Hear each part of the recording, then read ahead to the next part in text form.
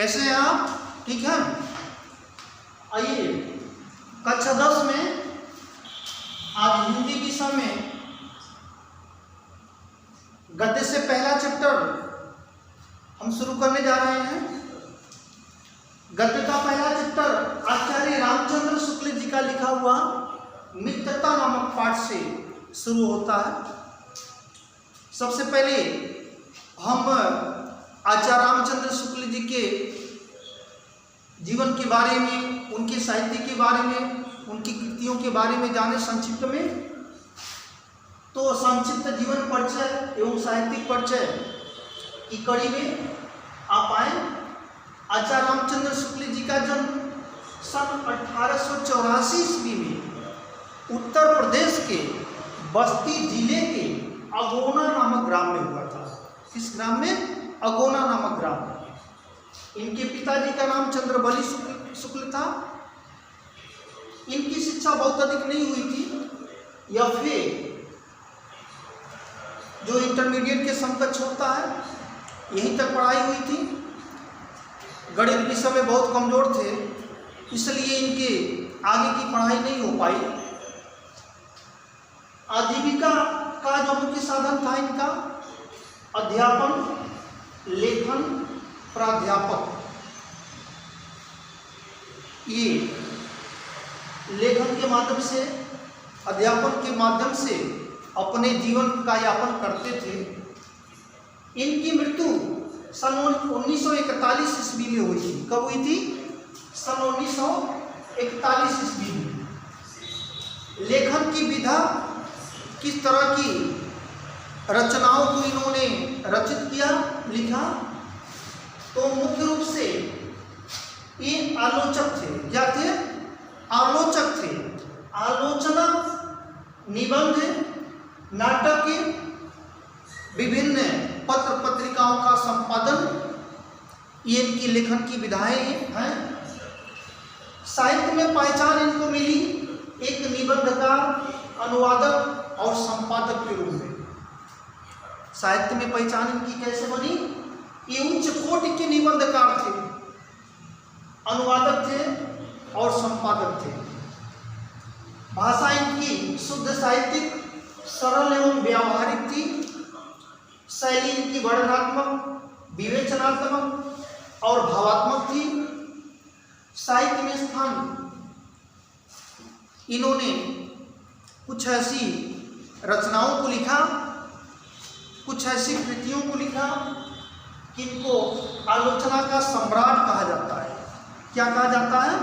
आलोचना का सम्राट। इनकी कुछ प्रमुख कृतियां निम्न हैं। निबंध में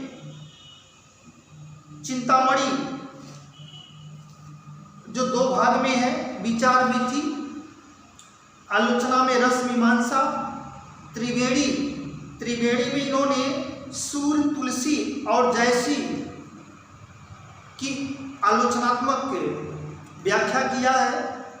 इतिहास में हिंदी साहित्य का इतिहास, जो 1929 ईस्वी में इन्होंने लिखा था। संपादन इन्होंने किया तुलसी ग्रंथावली का, जयसी ग्रंथावली, हिंदी शब्दसागर, नागरी प्रचारणी पत्रिका, भ्रमर गीत, सार, आनंद कादम्बिनी। काव्य रचना में इनको कोई विशेष महारत हासिल नहीं था, फिर भी इन्होंने अभिमन्यु वध और 11 वर्ष का समय नाम से इनके काव्य भी लिखे गए। अनुवाद इन्होंने मेगस्थनीज का भारतवर्षीय विवरण, आदर्श जीवन, कल्याण का आनंद, विश्व प्रपंच, बुद्ध चरित्र आदि इनके अनुवादित कृतियां हैं। अब आइए, जो आज हम इनका चैप्टर पढ़ने जा रहे हैं, जो आपके विषय में आया है, इनका पहला चैप्टर मित्रता नाम से। मित्रता में आप गद्यांश नंबर 3 देखें। गद्यांश नंबर 3 आप खोल लें। गद्यांश नंबर 3 है, विश्वास पात्र मित्र जीवन की एक औषधि है से लेकर के पुरुष को करना चाहिए। ये परीक्षा के दृष्टिकोण से भी मोस्ट इम्पॉर्टेंट इनका ये पैराग्राफ है। इसकी व्याख्या हम करेंगे, इसको आप ध्यान से देखें। विश्वास पात्र मित्र जीवन की एक औषधि है। हमें अपने मित्रों से यह आशा रखनी चाहिए कि वे उत्तम संकल्पों में हमें दृढ़ करेंगे, दोषों और त्रुटियों से हमें बचाएंगे। एक सच्चे मित्र, एक आदर्श मित्र के बारे में बता रहे हैं कि जो हमारा मित्र है एक औषधि के समान है। जिस प्रकार से किसी रोगी के रोग को दूर करने के लिए औषधि काम करती है, उसी तरह से एक मित्र के अंदर क्या दुर्गुण है, क्या कमियां हैं, क्या बुराइयां हैं, उनको दूर करने के लिए एक अच्छे मित्र, आदर्श मित्र की आवश्यकता होती है। एक अच्छा मित्र एक की औषधि के समान माना गया है। हमें अपने मित्रों से आशा रखनी चाहिए कि वे उत्तम संकल्पों से हमें दृढ़ करेंगे, दोषों और त्रुटियों से हमें बचाएंगे। एक अच्छा मित्र हमारा जो होगा, हमारे अंदर क्या दोष है, क्या त्रुटियां, उससे भी हमें बचाएगा। हमारे सत्य, पवित्रता और मर्यादा के प्रेम को पुष्ट करेंगे जब हम कुमार्ग पर पैर रखेंगे। अगर हम किसी कारणवश गलत रास्ते पर चल रहे हैं, कुमार्ग पर चल रहे हैं, तो जो हमारा अच्छा मित्र होगा हमें गलत रास्ते पर चलने से हमें रोकेगा, हमें बचाएगा। ये अच्छे मित्र की पहचान होती है। सारा तभी वे हमें सचेत करेंगे, जब हम हतोत्साहित होंगे तब हमें उत्साहित करेंगे। अगर हम निराश हो जाएंगे, उदास हो जाएंगे, तो हमारे उत्साह को बढ़ाएंगे। ये अच्छे मित्र की निशानी होती है।